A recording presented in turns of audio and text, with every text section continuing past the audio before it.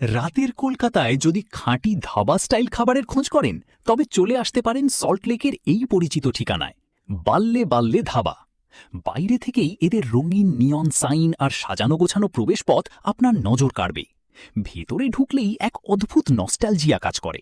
এর সিলিং আর দেয়ালে সারিবদ্ধভাবে সাজানো রয়েছে অসংখ্য পুরনো ছবি, পোস্টার আর সিনেমার ফ্রেম। বসার টেবিলগুলো বেশ রঙিন, যা পুরো জায়গাটিকে একটি প্রাণবন্ত লুক দিয়েছে। এমনকি এখানে একটি ওপেন কিচেন সেকশনও আছে, যেখানে শেফদের রান্না করতে দেখা যায়। এবার আসা যাক আসল আকর্ষণে, খাবার।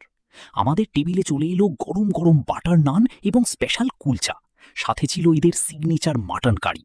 মাটনের গ্রেভিটা ছিল বেশ ঘন এবং রং দেখেই বোঝা যাচ্ছিল মশলার সঠিক ভারসাম্য রয়েছে। দেখুন এই মাটনের পিসটা কি সুন্দর সিদ্ধ হয়েছে। আর এই হলুদ গ্রেভিটা হলো এদের স্পেশাল চিকেন ভর্তা, যার ওপরে রয়েছে সিদ্ধ ডিমের স্লাইস আর মালাইয়ের প্রলেপ। নানের টুকরো ছিঁড়ে এই গ্রেভিতে ডুবিয়ে এক কামড়, জাস্ট অসাধারণ। সাথে ঠান্ডা পানীয় হিসেবে রয়েছে কোল্ড ড্রিঙ্কস। খাবারের স্বাদ এক কথায় অনবদ্য। পাঞ্জাবি খাবারের সেই পরিচিত ঝাল আর মশলার স্বাদ আপনি এখানে প্রতিটি কামড়ে পাবেন।